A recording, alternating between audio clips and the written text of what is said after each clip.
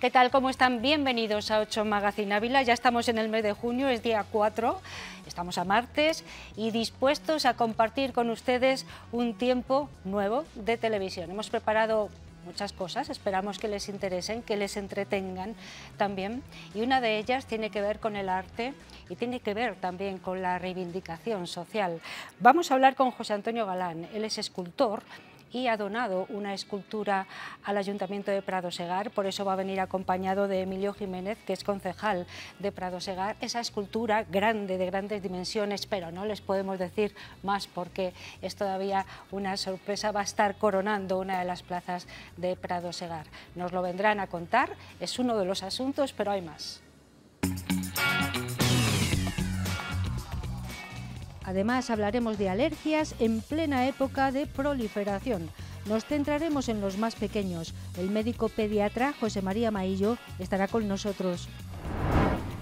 Conoceremos algunos pormenores del libro Tú bailas y yo disparo, obra de Manuel Marlasca. Estuvimos en su presentación. Y tendremos tiempo de tertulia. En esta ocasión hablaremos de los cambios de ciclo, de cómo nos preparamos para afrontarlos. Julio Collado, Rubén Jiménez y Gabriela Torregrosa nos darán sus pareceres. Sí, tendremos tiempo de tertulia para finalizar nuestro 8 Magazine Ávila de hoy. Primaveral, muy primaveral, y los alérgicos bien lo saben. En nuestro espacio dedicado a la salud estamos en buenas manos.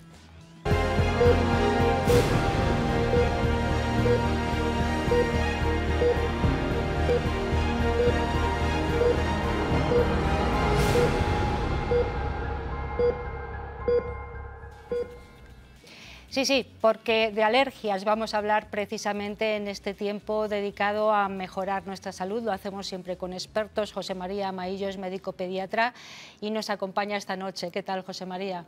Muy bien, buenas noches. Tiempo de alergias, ¿no? Sí, desde hace ya un mes está la situación un poco apretada con respecto al polen. Hay que tener en cuenta que alergias ahora cada vez hay más, hay de muchos tipos.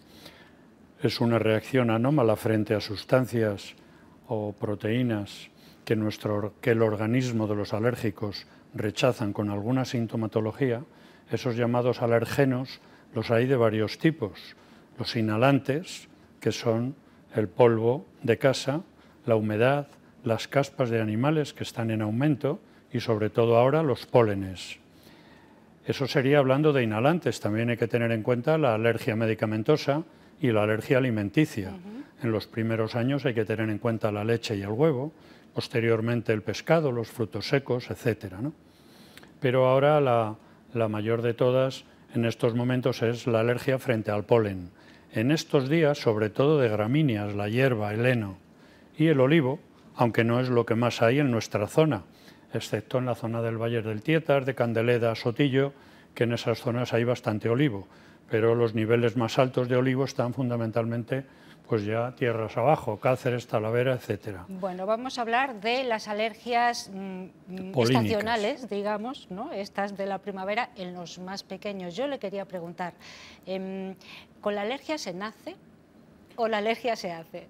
Con la alergia se nace. Vale. Hay un factor muy importante genético, de tal manera que si un papá es alérgico y una mamá es alérgica, el 80% de posibilidades de que los niños sean alérgicos es muy alto. Si solo es un miembro de la pareja, sería un 50%. Por tanto, hay un factor genético muy importante, junto con otras manifestaciones anteriores de la piel que ya te van diciendo, aparte de las intolerancias alimenticias tempranas, que ya se va viendo que niños caminan por lo que se llama la marcha alérgica. Primero piel, luego alimenticio y finalmente desarrollan ya la alergia a inhalantes, entre las que se encuentran los pólenes de gramíneas, que es lo que más tenemos ahora mismo en nuestro medio, ¿no? Pero me llama la atención algo que ha dicho antes, y es que cada vez hay más alérgicos. ¿Esto por qué? Hay más alérgicos porque de alguna manera se está estudiando que a través del intestino, lo que llamamos ahora el microbioma y la microbiota intestinal, se producen alteraciones del intestino por la cual atraviesan un montón de alergenos en forma de sustancias o proteínas fundamentalmente alimenticias que generan los primeros estímulos alergénicos que son vía digestiva a los alimentos que están aumentando. Hay bastantes niños alérgicos al huevo y a la leche.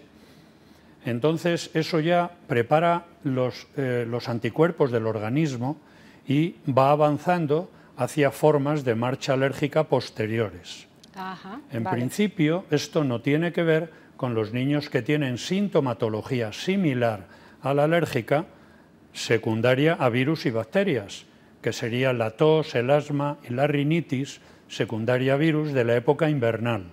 En esa época normalmente no es por etiología alérgica, salvo ya en niños mayores, que te obliga a pensar en el polvo de casa o en los mohos, que son más infrecuentes en nuestro medio, pero van aumentando mucho la alergia a las mascotas, porque cada vez hay más. Claro. Hay que tener en cuenta, dicen algunos datos, que hay 96 millones de hogares con mascotas en Europa. Y conviven en nuestro espacio, porque antes estaban fuera de la casa. Antes estaban fuera, claro, y ahora están dentro. Claro. Y en España hay 9 millones de perros y 6,5 millones de niños. Ya, madre mía. Quiere decir que las mascotas están aumentando de manera tremenda. Eso hace que la alergia a la caspa y a los pelos de los animales, de estos sobre todo, del gato y del perro, está aumentando. Y hay niños que están sensibilizados simplemente por la caspa de estos animales que hay en su coche, en el colegio, en el autobús, aunque ellos nunca hayan tenido. Vale. Los que encima conviven con mascotas tienen mayor riesgo. Vale, vamos a hablar un poco de sintomatología. Centrémonos, si le parece, en alergias estacionales, estas aéreas, las de los pólenes. ¿Cuáles son los síntomas? Las más frecuentes que hay en este momento empieza por una rinitis, una congestión nasal, rinorrea, moco en la nariz, estornudos frecuentes, muy continuos, sobre todo. ¿Se pueden confundir con un catarro, perdón? Se pueden confundir con una rinitis catarral de invierno. Vale. Lo que pasa es que, digamos que tienen todo el año para catarrarse. Y en junio, si no hay fiebre y empieza con un picor de ojos viniendo del parque y estornuda mucho, a partir de los 3 o 4 años, pues entonces ya te hace sospechar. Si encima tose, no para de toser, si encima su capacidad de ejercicio en primavera disminuye, niños que están a las 7 de la tarde jugando su partido de fútbol o su entrenamiento o de tenis al aire libre y que los niveles de gramíneas en ese momento son muy altos, disminuye su capacidad pulmonar, disminuye su respiración nasal, les obliga a respirar más por boca y eso hace que aumente la sintomatología ocular, nasal y pulmonar en forma de tos y o fatiga. Bueno, son síntomas que normalmente son leves, se pueden combatir bien, pero cuando tenemos que empezar a preocuparnos porque se convierten en algo que puede resultar grave. Claro, se convierten en importantes cuando la rinitis es muy intensa y el niño no puede respirar bien, incluso no duerme bien. El picor de ojos teóricamente es más solucionable, pero también hay veces que si ellos están jugando, tocan la hierba con la mano y se llevan el polen directamente al ojo, se pueden producir reacciones intensas que te obligan a acudir a urgencias con inflamación del ojo importante, aunque se soluciona bien. La rinitis es pesada, pero también se soluciona bien.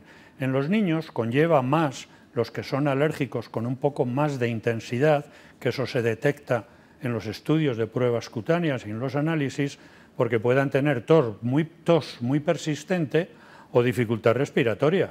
Y esa dificultad respiratoria en algunos momentos es intensa. Y esto a veces te lleva a urgencias. Claro, no es tan frecuente como la rinoconjuntivitis, pero la tos y la fatiga en algunos niños puede precisar tratamientos más agudos. Claro, le iba a decir, sobre todo si esos niños tienen ya alguna otra patología asociada, claro, que pueda complicar la cosa. Si hay alguna otra patología o niños que a lo mejor tienen asma crónica, claro, que en estas épocas se agudiza más por su asma alérgica y entonces la dificultad respiratoria la tienen que solucionar realizando tratamiento casi diario, continuo, durante toda la temporada de polinización. Bueno, estamos hablando con el doctor José María Maillo, médico pediatra, de pues las alergias en general. Hemos empezado definiéndolas, algo muy interesante, y también viendo todos los tipos de alergia que hay, pero estamos ahora en esas estacionales, en las primaverales, que vienen por el aire y que fastidian mucho. Normalmente se resuelven fácilmente. ¿Cuál sería el tratamiento para un niño alérgico? En principio, lo normal es que la mayor parte de estos niños que ya se sospecha o han sido detectados, el pediatra ya, antes de hacerse el diagnóstico teóricamente alergológico, el pediatra ya le ha indicado un antihistamínico ocular. Hay veces que viene muy bien que el suero fisiológico, oftalmológico, metido en nevera, al ser frío, puede aliviar la pequeña sintomatología ocular. Luego, normalmente, todos estos niños tienen su tratamiento nasal en forma de antihistamínicos o de sprays de corticoides. Y luego ya los niños que tienen este tipo de tratamientos, todos toman antihistamínicos en forma de jarabes que los mantienen durante toda la época polínica. ¿Cuándo acabaría esa época? Normalmente en esta zona nuestra, como ha habido subidas y bajadas de sol y de lluvia, pues han empezado, los últimos 15 días han sido muy intensos, y el mes de junio que nos queda, como no llueva, lo normal es que sea muy intenso. La época más álgida de gramíneas en nuestro medio es de 15 de mayo a 15 de junio. Hay que tener en cuenta que tenemos una zona de sierra. En las zonas de gredos, los prados de montaña polinizan más tarde, y esos niños tienen que valorar el tratamiento en julio y parte de agosto. Entonces, normalmente, la época álgida es mayo-junio, y en algunas zonas hay que vigilar julio. Bueno, es muy interesante porque hay muchas personas que padecen alergia, sí, adultos y niños. Estamos hablando de la alergia estacional al polen. Y bueno, el tratamiento es relativamente sencillo. No sé si también se recomienda el uso de mascarillas si vamos a salir fuera o tal. ¿Podría ser beneficioso? Claro, lo que pasa es que las mascarillas han caído en desgracia desde que las usamos tanto con la pandemia. Ya nadie las quiere. Pero las llevamos recomendando toda la vida, antes de la pandemia y después de la pandemia. Pero como ahora si llevas mascarilla parece que continúas con pandemia, pues entonces yo he visto que los niños cuesta mucho más ponérsela, los adultos la llevan menos, salvo que vengan los turistas japoneses que no se la quitan, pero ahí hemos perdido un poco de prevención. El ideal de la alergia es evitar la causa. Claro. Si tú eres alérgico a un alimento y no lo tomas, estás curado. Si eres alérgico al polen y te pones mascarilla en los momentos que más polen hay, que es más o menos desde las 5 de la tarde hasta las 10 de la noche, en esos momentos, si tienes que ir al parque y consigues que el niño se ponga mascarilla, se estará aliviando que entre por vía nasal y por vía bucal, con lo cual se evita la sintomatología nasal y la respiratoria, que es muy importante. Entonces la mascarilla es fundamental, pero yo este año he detectado que cuesta mucho que los niños se pongan mascarilla, y les vendría muy bien cuando están en familia. Incluso hay niños que en el patio del colegio pues no pueden realizar igual sus actividades por la cantidad de polen que hay en estos momentos. Y ya no quiero decir en colegios que estén muy expuestos a zonas de parques, ¿no? Bueno, con lo cual yo creo que habría que prevenir un poquito más. Sí, claro. Ya terminamos. Recordemos, la alergia es algo genético, está comprobado, y no se pega. Quiero decir que no.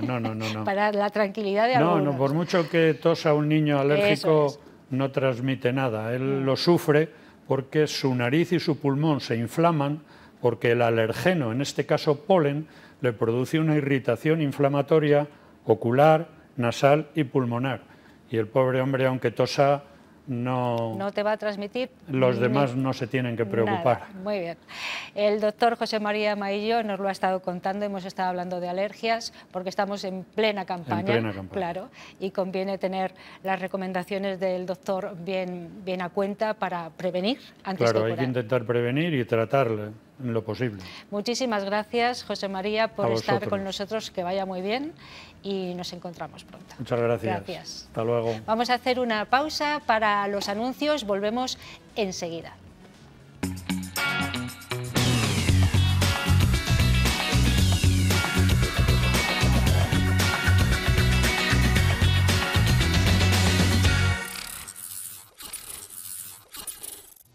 Ya estamos aquí y ahora vamos a hablar de literatura. Tú bailas y yo disparo. Es el último libro, la última novela de Manuel Marlaska, un periodista que estuvo en Ávila recientemente presentando además este libro, esta novela, y tuvimos la fortuna de poder charlar con él. Bueno, tuvieron la fortuna de poder charlar con él nuestros compañeros Samuel Senovilla y Enrique López, que quisieron conocer algo más de este libro. Manu Marlaska, bienvenido a Ávila y muchas gracias por atendernos. Muchas gracias a vosotros. En Ávila siempre vengo con cierta frecuencia porque Ávila está unida indefectiblemente a la Escuela Nacional de Policía y vengo por lo menos un par de veces al año a tener encuentros con los alumnos, así que bueno, pues Ávila es un sitio bastante familiar para mí.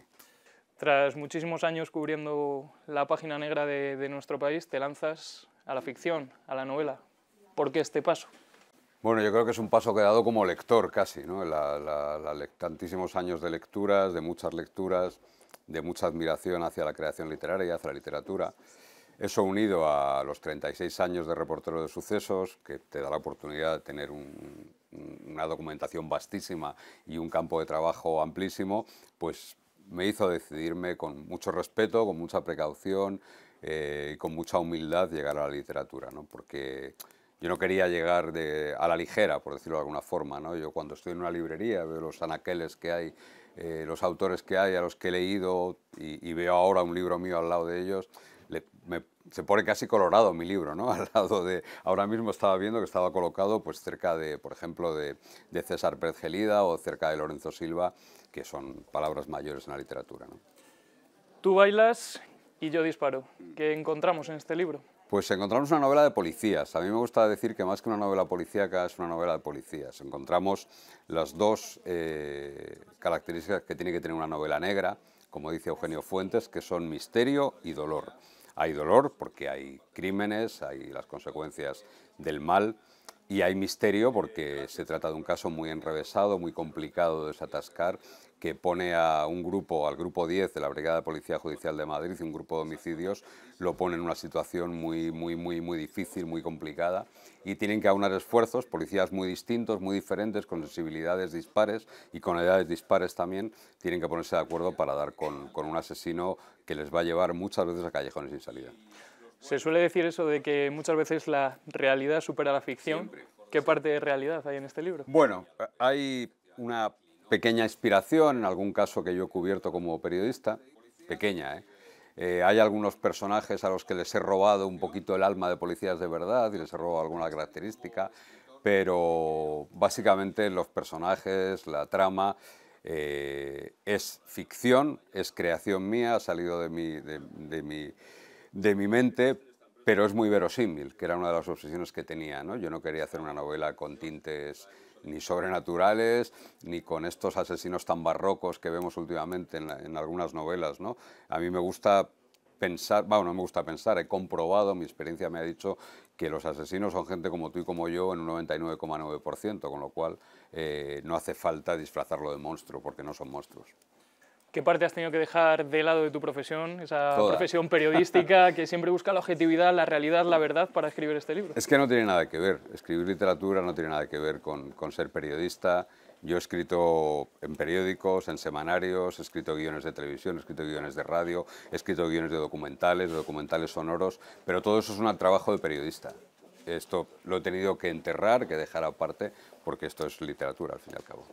Manu, si algo tienen en común muchas de las investigaciones que se llevan a cabo en España por parte de la Policía Nacional es que las personas que las realizan se han formado aquí, en Ávila. Y sale. En esta novela sale la Escuela Nacional de Policía, salen varias referencias a Ávila, salen varias referencias a los pepinillos, salen varias referencias a alumnos de la escuela, a cómo algunos de los que están ya en el grupo de homicidios vivieron su paso por Ávila, porque bueno, cuando uno habla de la policía, es muy difícil, ¿no?, hablar de la policía y no hablar de la Escuela Nacional de Policía, evidentemente. Nos comentabas antes que tus visitas a Ávila son frecuentes. ¿Qué te gusta de esta ciudad, de esta provincia? De esta ciudad me gusta la ciudad, a mí me gusta mucho aunque mis orígenes, yo soy madrileño, pero mis orígenes por parte paterna vienen de Cádiz, toda la familia de mi padre es de Cádiz, pero la familia de mi madre es de Castilla y León. Y a mí me gusta mucho Castilla y León y me gusta mucho Ávila, y Ávila desde hace mucho tiempo para mí es la Escuela Nacional de Policía. Y la Escuela Nacional de Policía probablemente sea uno de los centros de estudios policiales más importantes de Europa y mejor dotados y donde se forma mejor a los policías, ¿no? Y me gusta mucho el contacto con ellos, el trato con ellos, porque llevo 36 años viendo generaciones que salen de allí, ¿no? Y veo cómo generación tras generación pues van saliendo cada vez mejores. ¿Crees que en nuestra ciudad tiene cabida pues el escenario de una novela negra, de un Hombre, thriller? por supuesto que sí. De hecho, hay algún compañero mío, algún escritor, ha llevado a rincones de Castillo. Recuerdo, yo creo que fue Antonio Muñoz Molina en Plenilunio, que llevó la acción, bueno, llevó a un asesino en serie a Palencia, que no se te ocurre ciudad menos, ¿no?, menos propia para un asesino en serie que Palencia. Bueno, pues en Palencia situaron a un asesino en serie. Pues muchas gracias por atendernos. A vosotros, muchísimas gracias. Un placer estar aquí. Gracias. Bien interesante, ¿eh? El libro de Manuel Marlaska estuvo en la librería Letras presentándolo hace poquito y, como les decía, pues tuvimos la fortuna de estar allí presentes y de conocer pormenores. Y ahora vamos a hablar de otro asunto relacionado con el arte. También en este caso no es arte literario, no es literatura, es escultura. Y les vamos a contar un poco una historia que próximamente vamos a poder disfrutar también en uno de los municipios de nuestra provincia. Gracias a José Antonio Galán, que es escultor. Él es natural de Muñana. Hola, José Antonio, buenas de nuevo, ¿eh? Hola, Porque ya has estado aquí con más sí. obras tuyas. Sí. Y sigues ahí trabajando, además reciclando elementos para Sí. crear arte, ¿no? Sí, restos de material agrícola gastado, porque hago las cosas. Bueno, pues está aquí José Antonio para hablarnos de algunas de las obras que nos ha traído, que las verán ustedes, pero sobre todo para hablarnos de una que no van a ver todavía, porque es una sorpresa. El Ayuntamiento de Pradossegar, y además en coincidencia con la celebración del Pacto de Estado en contra de la violencia de género, ha decidido coronar una de sus plazas, la plaza del Ayuntamiento, entiendo, con una escultura de José Antonio. Por eso nos acompaña Emilio Jiménez, es el concejal de Pradossegar, nos puede dar algún pormenor más. ¿Qué tal? Hola. Hola, Emilio. Buenas. ¿Cómo surgió la idea? Cuéntanos. Pues todos los años se ha venido haciendo algo con respecto a este tema, y la idea un poco era que fuese algo duradero. Tú, por ejemplo, puedes dar unas charlas, pero es algo que va a pasar y la gente no va a recordar. O sea, a lo mejor en 4 días se te ha olvidado. De esta manera tenemos algo duradero, expuesto, que te va a recordar, que te lo va a recordar siempre. Por lo tanto, estamos hablando de una escultura de grandes dimensiones, porque va a ser una escultura que va a estar al aire libre coronando la plaza del Ayuntamiento, sí, ¿no?, de Pradossegar. Esa es la idea, que esté allí expuesta de una forma permanente y que, por ejemplo, José Antonio, si tiene alguna exposición, también se pueda retirar y él la pueda llevar allí y luego volver a colocar. La idea también es que esté un poco en un sitio alto para, por ejemplo, si hay niños jugando al fútbol en la plaza, que no las para tropeen. Preservarla, ¿no? Claro. Sí, sí. ¿Estará en qué plaza? ¿En la plaza del Ayuntamiento? Sí, la idea es esa. Bueno. En la plaza del Ayuntamiento, dejarla allí de forma permanente y dar algún sistema para que pueda ser, pues la pueda coger, la pueda usar en exposiciones y... O sea, que se la pueda a lo mejor ceder a José Antonio para alguna exposición, ¿no? Pero sí. El 13 de julio es el día que inauguráis esta escultura, de la que no vamos a ver detalle, porque queréis que sea una sorpresa, ¿no? Eso es.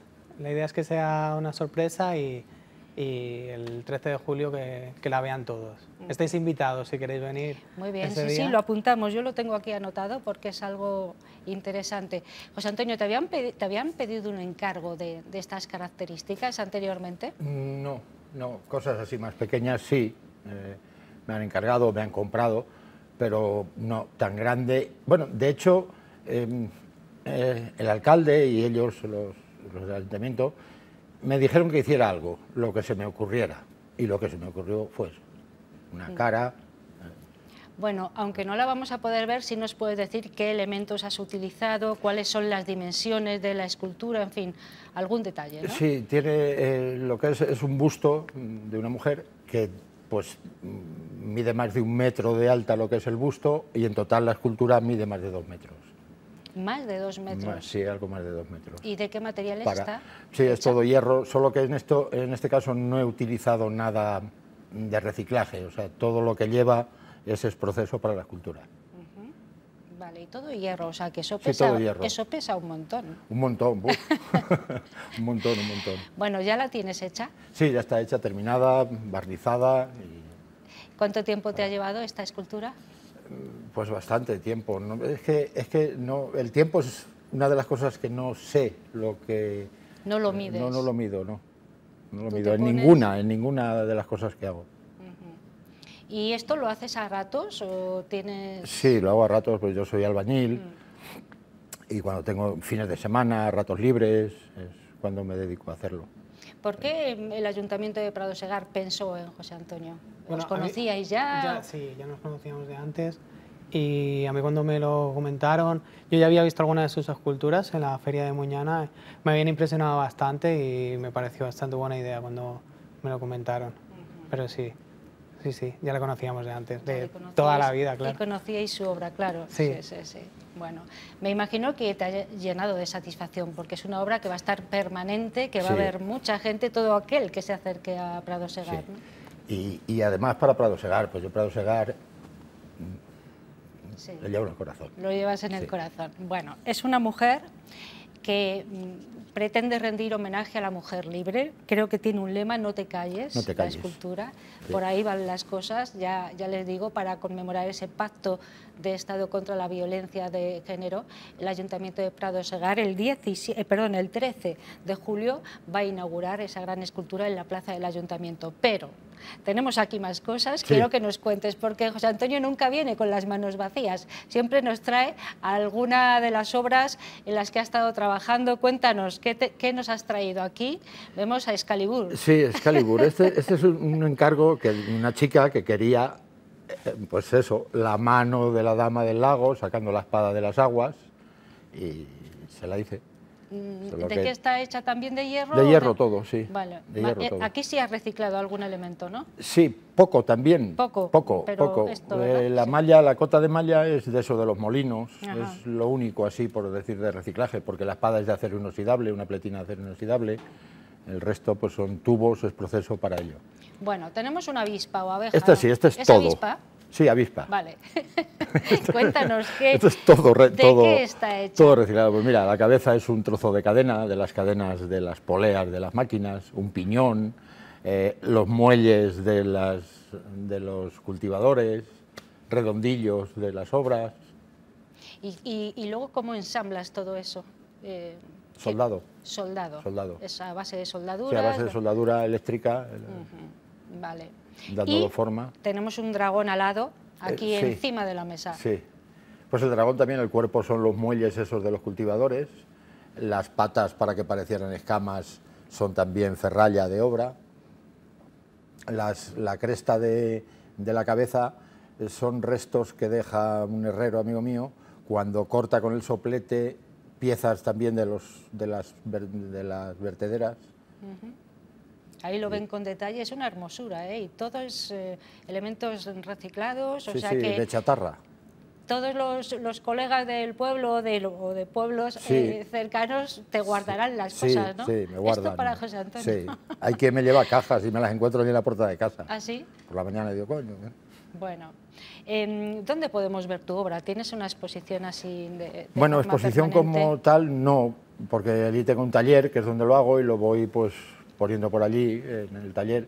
Luego sí que voy a exponer, a poner un puesto en la Feria de Muñana, una feria agroalimentaria que se hace el 23 de septiembre, el fin de semana más cercano. Ahí siempre. Ahí siempre. Bueno, es José Antonio Galán, vive en Muñana, es escultor, bueno, él, su oficio es el de albañil me decía, pero en sus ratos libres, que son veo que quitas mucho tiempo al ocio y al sueño, para hacer estas cosas. Sí. Porque llevan su tiempo, me imagino. Sí. Bueno, pues hace hermosuras como esta, y uno de los trabajos más importantes que tiene entre manos, aunque ya le ha terminado, es esa gran escultura de 1 metro de alto, bueno, en total más de 2 metros, que va a coronar la plaza del Ayuntamiento de Prado Segar próximamente. Gracias también a que el Ayuntamiento de Prado Segar ha confiado en José Antonio para este trabajo y ha querido rendir un homenaje a la mujer libre, ¿no, Emilio? Sí, eso es. Bueno, pues muchísimas gracias a los dos. Emilio, enhorabuena por esa iniciativa, trasládalo al Ayuntamiento de Prado Segar, y José Antonio, gracias también a ti por acercarnos el arte de esta manera tan hermosa y además reciclando elementos. Muchísimas gracias. Muchas gracias. Gracias a los dos. Bueno, vamos a hacer otra pausa para la publicidad. Y después de los anuncios, esto se va a convertir, pues eso, en la salita de charlar, porque tenemos tertulia. Muy bien, pues muchísimo.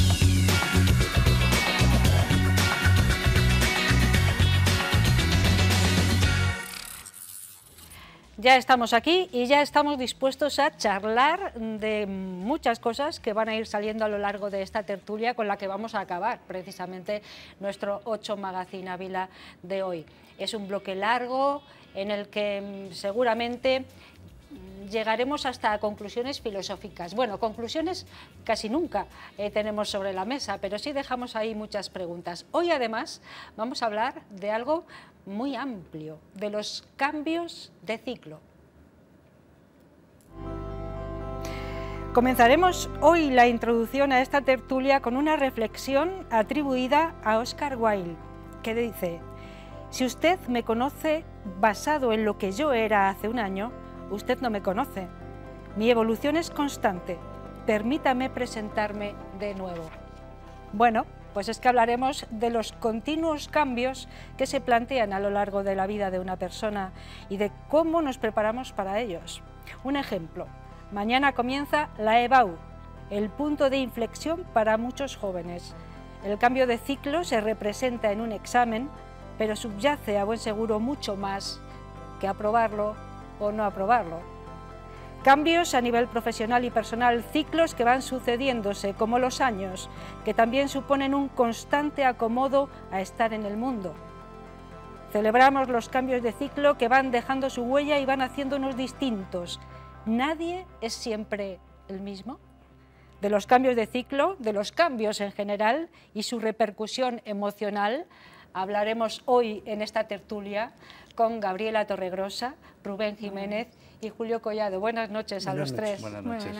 Bueno, es un tema muy amplio, pero casi surgió a raíz de que Rubén quería que de alguna manera habláramos de eso que mañana comienza, que es la EBAU, y que muchos chavales están atacadísimos. Que nos acordáramos de ellos que un nos poquito, acordáramos de ahora ellos, que ya ¿no? están en las últimas horas despiertos, que se van a ir a la cama dentro de nada para madrugar mañana, pues acordarnos un poquito de ellos y del cambio que les supone tan trascendental justo en esos 18 años tan difíciles para ellos. Primero, ya hablabas tú del examen, pero es la decisión. O sea, ¿qué voy a estudiar? ¿Qué te va a marcar eso? Y es una decisión tan complicada, es decir, ¿qué estudio? ¿Qué me matriculo? Claro. Si no sé qué voy a hacer con mi vida. Es por eso que yo decía que es un punto de inflexión, es mucho más que aprobar unos exámenes o no aprobar.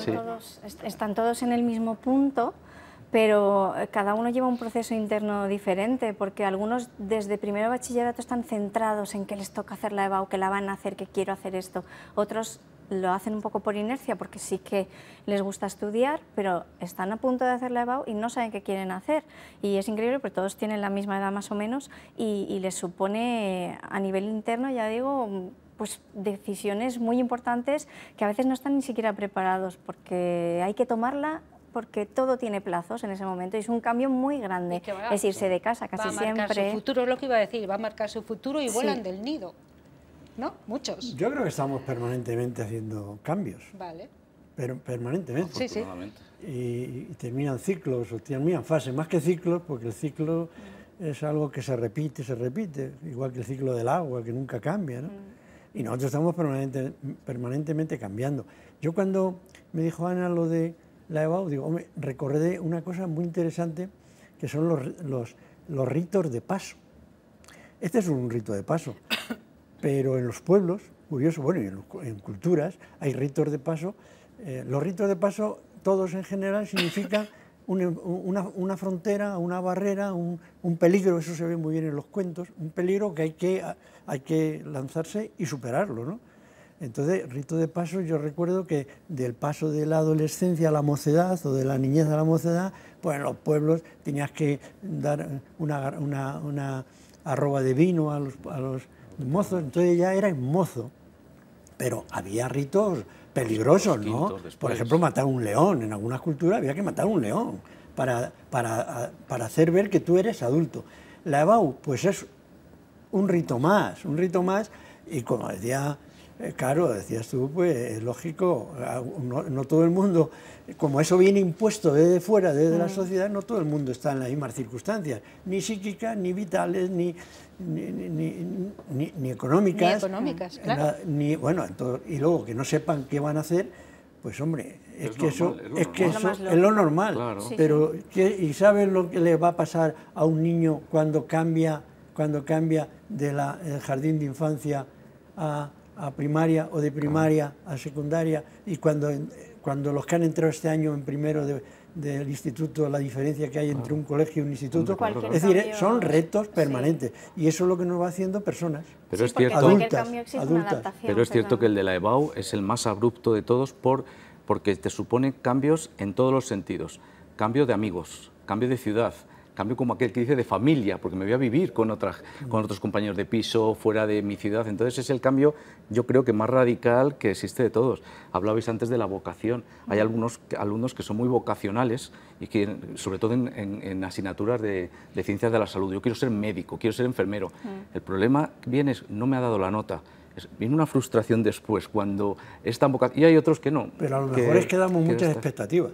Es decir, la sociedad está presionando excesivamente a todos nos está presionando un montón, nos da muchas expectativas y luego te frustras. Pero hay que enseñar a la gente una de las cosas que hay que aprender, es que no se sabe qué va a pasar. Es mejor pero Julio, en este caso que saque más nota que menos. Es una expectativa personal, Sí, que quiere hacer algo. Claro, Gabriela quiere hablar hace rato. Quería decir, al hilo de lo que dice Rubén, si tú tienes muy claro que quieres hacer medicina, ya no es las expectativas de los demás, son las tuyas propias. Y bueno, cambiarse exige saber adaptarse. Si mi plan A no ha salido, el plan B, si no lo tengo pensado, voy a frustrarme mucho más, lo voy a pasar mucho peor que si he pensado, bueno, es posible que no me dé la nota porque está muy complicado, puedo irme a una privada o no, puedo irme de casa o no, plan B, plan C, y eso también viene con la madurez. Hay gente que con 16 años es capaz de tener plan B, plan C, plan D, y otros que no,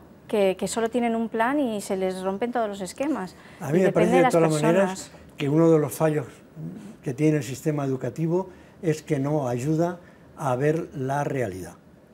Que un currículum larguísimo, pero muy memorístico, muy pegado a los libros, a lo que han venido, y no se les dice, vamos a ver, el futuro no está escrito y tú te puedes equivocar exactamente igual. Es decir, quiero decir que puedes tener menos nota y frustrarte o no poder ir a hacer lo que quieres y resulta que fue mucho mejor. Es decir, que hay que hablar que la vida es muy amplia, no solamente una pregunta que te voy a hacer, Rubén, claro. A lo mejor, bueno, o a cualquiera de vosotros, pero por lo de matemático, ¿la nota de corte quién la plantea? La nota de corte es la nota que tuvo el último alumno que entró el año pasado a esa carrera.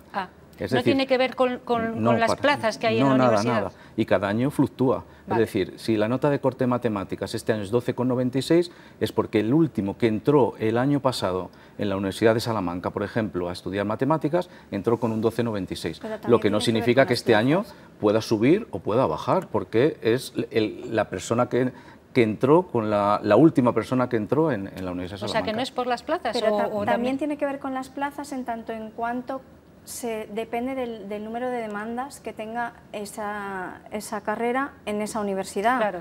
Si yo tengo 180 plazas y solo lo piden 100, la nota de corte va a ser 5. Baja. Mucho más. Pero si el año siguiente de repente quieren 200 entrar, la nota de corte va a subir mucho. Sí, pero que la nota de corte no es un número que se establezca de antemano. Es el último que entró el año pasado. Yo estoy convencido que se da demasiada importancia a las notas, a la cantidad, se da demasiado esperanzas o expectativas sin analizar las posibilidades. Yo creo que ahí hay que trabajarlo mucho más en la universidad. No solamente la universidad, es un sitio donde se va a reflexionar y se va a discutir el futuro. Se tendría que ver no solamente exclusivamente lo profesional, a ver si me especializo en esto. Tiene que ser una cosa mucho más global. Por eso ahora se está poniendo más de moda lo humanístico. Nos estamos centrando mucho. Quiero decir, tú vas a estudiar medicina y que tienes que aprender a ser médico. Y ser aprender médico implica también ética, moral y otras facetas. Estamos hablando de lo previo a la universidad, que tiene que ser mucho más amplio. No solamente para hacer un examen de BAU. Ahora, todo bachillerato enfocado a hacer un examen de BAU. A mí me parece que eso no va exactamente así, porque ya en segundo de la ESO, en cuarto hay pruebas, ves al orientadora o el orientador del instituto. Vamos, aquí dejamos la de BAU. Eso es. Que me parece que Rubén mañana ya va a estar ahí liado, ¿no? De profe y de examinador y también corregidor. Es que esto de los cambios que hablabais aquí en educación... Corrector, vigilante y corrector. Es que esto de los cambios... A ver, el tiempo es una magnitud continua. Es decir, cuando salgamos de aquí de la tertulia, algo hemos cambiado y no seremos los mismos antes de entrar que después de entrar. Pero en educación y a día a día no notas. Tú sales de aquí, en principio tú no notas que has cambiado, pero tú has cambiado. Claro. Has cambiado, lógicamente. Pero en educación sí que se nota porque vas cerrando etapas y abriendo otras. Frases típicas que decimos los padres cuando pasan de infantil a primaria. Uf, no sé yo qué tal va a hacer si no sabe leer todavía. Cuando pasan de primaria al instituto, no sé qué tal le va a ir a mi hijo con el cambio del instituto, si es muy pequeño todavía para ir al instituto. Cuando cambian del instituto a la universidad es exactamente lo mismo. En educación, como que van dando los saltos, claro. Está marcado, pautado. Muy marcados, muy pautados. Pero bueno, en vez de meter miedo, vamos a hablar de dar opciones. De otro ámbito que no sea el educativo, aunque el educativo yo creo que compete a todo el ser humano en su conjunto, pero bueno, también tenemos cerca unas elecciones europeas. Otro cambio de ciclo. Otro cambio de ciclo. Cambio histórico. En educación es de una manera, en política da 4 años cambio de ciclo. O cada 5, como las europeas, que suelen ser cada 5. Es un decir, eso cambio. Bueno, hay que votar. Hay que votar. Bueno, una cosa es votar y otra cosa es que cambie. Y se puede involucionar o evolucionar. Sí, por supuesto. Y claro, que los cambios... Pero eso en todo, ¿eh? Claro, es que el progreso no es lineal. Ojalá fuera progreso lineal, ¿no? Pero hay vaivenes. Avanzas un metro y lo mismo retrocedes 2. Y es más, lo que para ti es avanzar, a lo mejor para mí es retroceder. Exacto. Pero vamos, está muy claro que estas elecciones europeas son yo creo, muy fundamentales, porque aquí sí hay un juego, hay un posible cambio de paradigma de lo que ha sido Europa, lo que ha significado Europa, un sitio del mundo donde más han progresado los derechos humanos, donde más ha progresado la libertad, con todas las deficiencias que hay, pero claro, podemos involucionar, ¿eh? Aquí coincide que son estas elecciones, normalmente nos coinciden con generales, con municipales, porque como son cada 5 años, y la gente está como muy perdida, se va a votar y va a ser muy interesante. Yo la verdad es que estoy bastante... Me encantaría preguntar a la gente, ¿cuántos saben que hay elecciones el domingo que viene? Sí. ¿Cuánta gente lo sabe? El común de los mortales efectivamente anda muy perdido. Ese es uno de falta los puntos. Pedagogía, yo Habrá creo, sentismo más del habitual, no, pero es que no probablemente sí. Algunos no quieren hacer pedagogía. Algunos están hablando de España pensando que Europa no existe, cuando Europa está por encima de España. Todas las leyes españolas están a merced de lo que... O sea, no pueden ir contra la europea. Lo importante que es claro, esto. Pero claro, si yo hablo de España... En cualquier caso, aunque sea una evolución, involución, es un cambio de ciclo. Desde luego. De alguna forma, a partir de ese momento, las cosas serán de otra manera. Distintas personas, distintos partidos, distintas mayorías. Y afecta a la colectividad. Sí, en este caso, los propios grupos de cada país se unen entre ellos según ideologías. Hacen como frente común. No, pero nos queda un minuto. Hay dos posturas muy claras. O abrir más fronteras o quitar fronteras. Europa había logrado mantener un colectivo europeo que se llamara, y a mí me encanta decir europeo, a mí me gusta decir mundial, ¿no? Mejor. Pero bueno, pero claro, si vuelven ahora todos los nacionalismos, cada estado que se las ventile, no sé qué, y a mí no me quita la libertad, lo nuestro, a mí me molesta mucho, lo mío. Está diciendo lo nuestro, siempre lo nuestro, pero ¿cómo que lo tuyo? lo nuestro, es que lo nuestro afecta a todo el mundo. Hombre, claro. A todo el mundo. Pero sin salir de España ya nos pasa. Vamos a hacer una pequeña pausa, dejamos aquí en el tema de las elecciones europeas, que para quien no lo sepa son el 9 de junio. Pasada la selectividad. El domingo 9 de junio. Domingo. Sí. Hombre, de la selectividad habrá muchachos que a lo mejor vayan a votar por primera vez. Hombre, Pues no solo por la selectividad, Por los 18 pero años, son digo, todos los 18. por tener 18 años, luego, que eso es claro. un rito de paso fundamental. Eso es. Bueno, vamos a hacer una mayoría de pausa, edad. lo dejamos aquí y durante los anuncios seguimos un poco Sí. charlando, retomamos, señores, después de la publicidad volvemos a la tertulia y seguimos hablando de cambios de ciclo.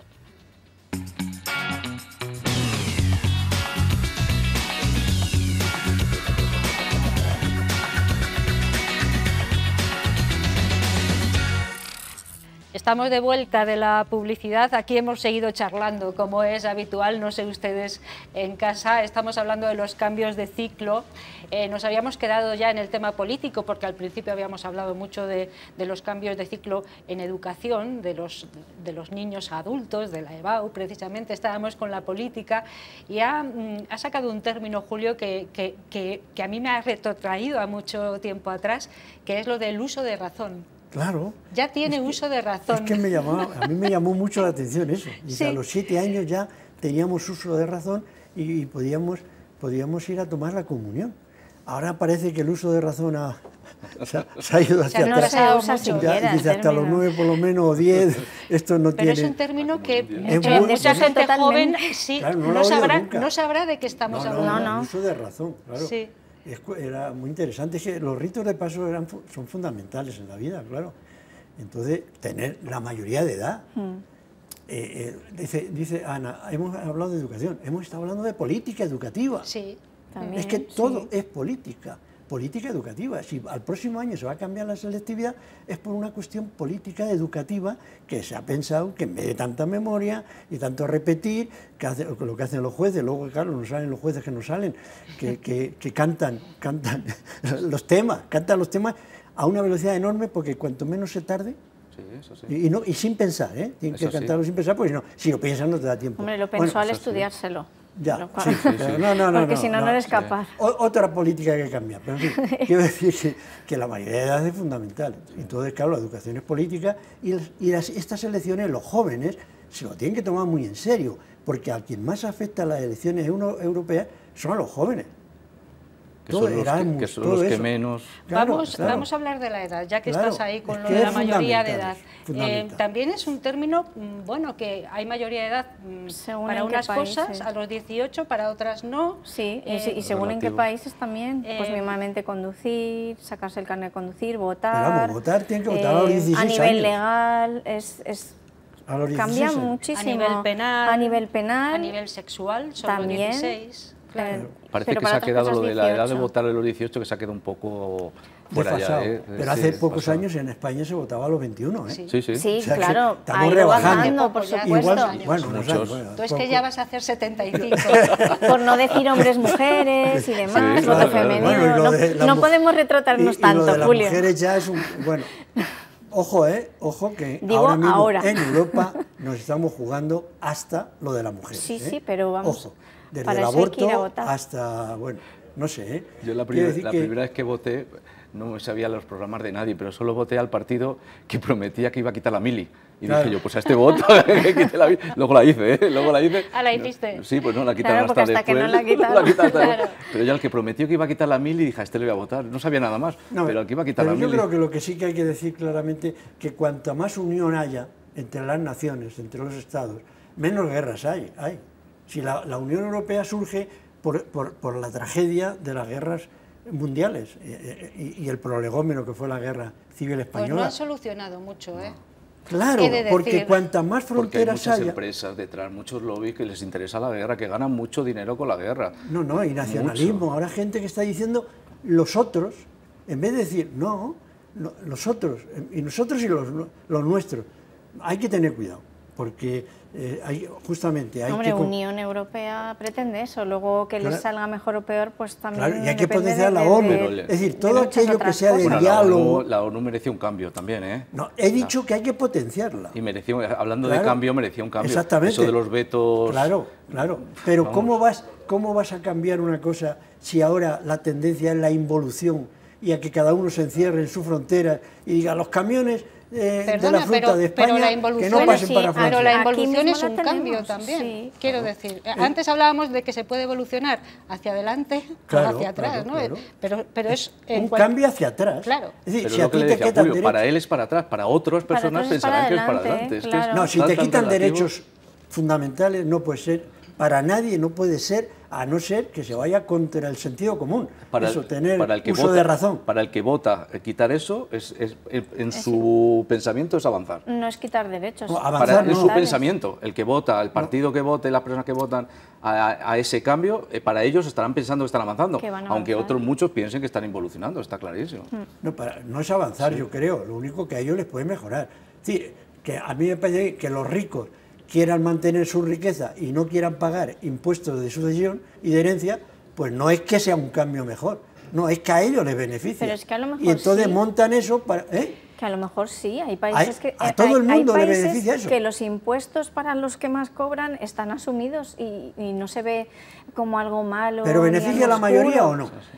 Si no beneficia a la mayoría, es un cambio hacia lo peor. No, sí tiene que beneficiar a la mayoría, por supuesto. Claro. Pero si tú estableces como país unas normas y acatan y tú sigues votando porque estás contento con esa situación... Bueno, o estás engañado. Bueno, claro. Hay gente que reivindica a las minorías, ¿eh? Sí. como que existentes también, y que hay gente que... Sí, que desgraciadamente existen minorías poderosas, muy poderosas, los lobbies económicos, muy poderosas, son las más peligrosas, claro, porque ellas venden un discurso muy bien vendido, porque tienen mucho poder, muchos altavoces lo venden muy bien, y convencen a mucha gente dad cuenta, convencen a mucha gente que tiene intereses totalmente contrarios a esto.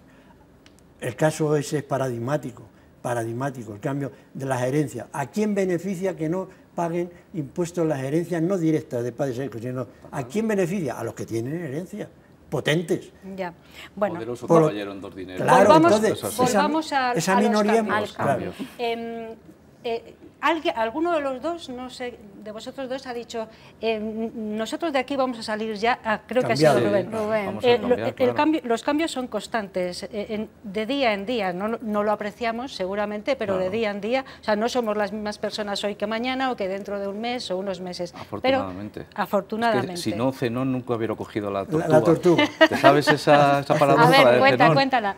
La paradoja de Zenón y la tortuga es echar una carrera a Zenón, un atleta griego, con una tortuga. Le dice, te dejo ventaja, 10 metros de ventaja a la tortuga.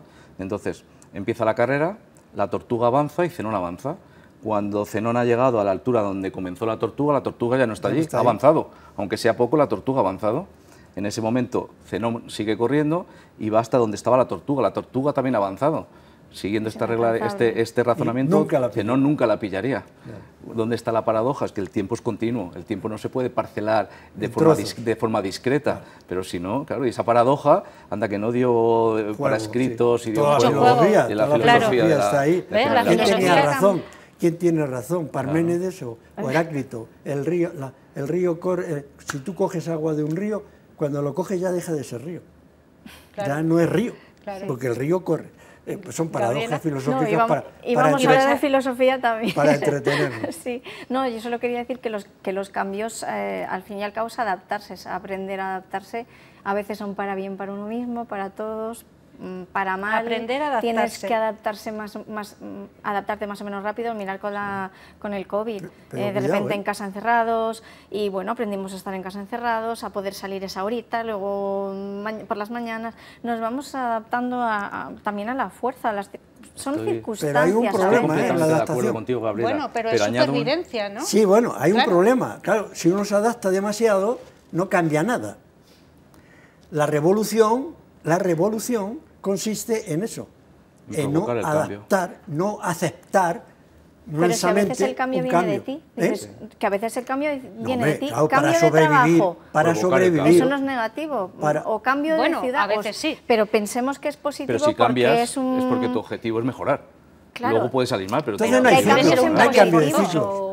También, pero no son cambios, me refiero a que no son cambios negativos en cuanto a estar siempre adaptado rápidamente a cosas malas, que pueden ser cosas buenas y me adapto rápido, pues al fin y al cabo, si cambio y me voy a vivir a otra ciudad, es un cambio hay un cuento que tengo que llevar, claro, lo he provocado yo. Hay un cuento, es peligroso eso, ¿sabes? Hay un cuento genial, muy chiquitito, muy pequeñito, que me parece que se llama Las dos ranas. Claro, las dos ranas, la meten, claro. Entonces, tú date cuenta, la diferencia, una rana, meten dos ranas y empiezan a calentar poquito a poco el agua. Poquito a poco, poquito. Entonces la rana no se da cuenta, acepta, adapta, se adapta y se ahoga. Ahora, si tú echas en una ya caliente, la echas a una, pega un salto y sale. Es decir, ojo, porque la adaptación está muy bien siempre y cuando sirva para sobrevivir, pero la adaptación puede ocasionar que nos mantengamos siempre, aceptemos todo mansamente. Entonces hay provincias, por ejemplo, esta muy conservadora, que se adapta a todo, vengan como vengan, y venga, y eso no cambiamos nada. O lo de yo creo que es la sociedad anestesiada, ¿no? Claro, anestesia, estás anestesiada y ya aceptas todo. Y dice, no, si es que los esclavos también se adaptaban y veían bien, qué buenos tienen. Yo, en mi niñez, yo oía a las criadas de mi pueblo, que venían a Ávila, y decían, qué buena señora tengo, que me ha regalado no sé qué, un vestido que no le servía a la otra. Es decir, que esa es la mentalidad de esclavo. En la evolución de la especie, en poder ser capaz de superarse, sí, lo veo más en positivo que en negativo, no en aletargarse. Cuento la historia de los monos. Bueno. Esto es un zoológico, ¿eh? Voy a pensar. Pero está muy bien. Venga. 4 monos en una sala y ahí hay unos cuantos plátanos. Cuando un mono se va a acercar a un plátano, una descarga eléctrica, y se acerca otro mono por un plátano y una descarga eléctrica. Y poco a poco van cambiando los monos. Cambia solo un mono, uno por otro, y el que entra nuevo va a coger un plátano y los otros no le dejan. Dicen, no le dejes. En un momento determinado han cambiado los 4 y sin saber por qué, ninguno se acerca a los plátanos. Y ninguno estaba allí cuando hubo las descargas y demás. Es decir, ninguno ha provocado el cambio. Que el aprendizaje de los demás. Viene un poco a corroborar lo que dice Julio también. Es lo mismo, ¿no? claro, eso es. Claro. Pero bueno. Antes de terminar, no sé el tiempo que nos queda, a lo mejor... Perdón, 3 minutos, me dicen desde abajo. Hacemos una ronda final, pero yo sí que quería preguntaros, los cambios, yo empecé hablando de ciclos, tú decías, no, un ciclo no porque se repite. ¿Estás seguro que no son ciclos? No, ¿Que no son cíclicas Primero, las vidas del ser humano? En la naturaleza sí hay ciclos, el ciclo del agua permanentemente, y ahora con los microplásticos no sé, lo mismo también cambia, pero bueno, o el día y la noche, bueno, pues termina un ciclo y empieza otro, la luna, las 4 fases, pero sociológicamente los ciclos es muy difícil. Por ejemplo, ahora mismo se está hablando, algunos grupos políticos están hablando del cambio de régimen, ¿no? Cambio de ciclo del régimen del 78, de bipartidismo a multipartidismo, vale, hay ciertos cambios, pero claro, no se puede replicar como en la naturaleza el cambio sociológico. Hoy ya cualquier cambio tiene en cuenta lo que pasó en el 78. La democracia se construye, o la dictadura se construye sobre lo anterior. Por lo tanto, los ciclos tal cual no se producen, porque aprendemos todos los días. Es que cambiamos permanentemente. Nosotros no tenemos ciclos. Es verdad que puro y duro los ciclos no se repiten, pero es verdad que en economía se habla mucho de ciertos ciclos. Cíclicos, ¿verdad? Sí, pero no lo mismo una depresión del 2008, del crack de 1920, de 1930. No es verdad que siempre aprendamos del pasado, porque si no, había cosas que no se repetirían. Claro, pero no es lo mismo. O sea, los ciclos nunca se repiten sociológicamente ni antropológicamente. Iguales no, pero iguales sí no, claro. Gabriela, no sé si tenemos tiempo para una última ronda. Gabriela. Pues en cuanto a si son ciclos o no, en parte sí, yo lo veo un poco como Rubén, porque sí que hay cosas que vuelven a repetirse, y igual que hay patrones en la evolución de la edad a medida que nos hacemos mayores hay como patrones que se repiten de formas de vida, de formas de actuar, hayas tenido hijos o no, te vuelves como más tranquilo, menos osado, y lo mismo con la economía, se repiten cosas y épocas de macroeconomía, épocas de microeconomía, y sí que hay subyace cierta... Ciclo, yo creo que sí. Una frase para terminar, Gabriela, y ya hacemos ronda. Pues, sobre los cambios de ciclo, sobre la EBAU, sobre lo que tú pues quieras. Que mucha suerte a todos los que se presenten mañana a la EBAU, que después uno se siente muy orgulloso de haberlo pasado, y sobre los cambios los voy a seguir viendo en positivo, a pesar de todo lo que hemos hablado, que me lo llevo para reflexionar, pero lo veo como una adaptación y supervivencia también. Rubén. Yo igual, desearles mucha suerte a todos los que están desde ahora aquí ya. Mucha suerte a todos los estudiantes que mañana se examinan. Que estén tranquilos, Venga, que estén relajados. Han pasado lo más duro, que es sacarse el bachillerato, se han sacado ya segundo bachillerato, habéis pasado lo más duro ya, ahora relajaos, disfrutar de estos 4 exámenes, que son 4 exámenes, habéis pasado lo peor y ya verán cómo todos van a estudiar lo que ellos quieren, y si se han equivocado no pasa nada, que hay tiempo para cambiar, para rectificar y hacer otra cosa sin ningún problema. Terminamos con Julio. Yo igual, yo creo que tienen que pensar que no viene el apocalipsis, que no se va a acabar el mundo, que no pasa nada, que la vida es muy breve y que puede uno cambiar 50.000 veces, y que eso sí, estén dispuestos ellos a cambiar, y siempre no involucionar, sino evolucionar. Y evolucionar para mí es que la vida sea más justa para todos, es decir, que haya menos desigualdad. Eso es lo que yo entiendo por un cambio hacia adelante y no involucionar. Pues así nos despedimos. Nosotros dejamos también aquí en este punto nuestro magazine de hoy. Ya saben que mañana tenemos una nueva cita, será ya 5 de junio, tendremos nuevos contenidos y estaremos fieles aquí a la cita con ustedes si nos eligen. Ojalá así sea. Hasta entonces, cuídense mucho, sean todos los felices que puedan, y a los estudiantes, tranquilidad, calma, a los de la EBAU, digo. Adiós. Bueno, pues bien, no, claro.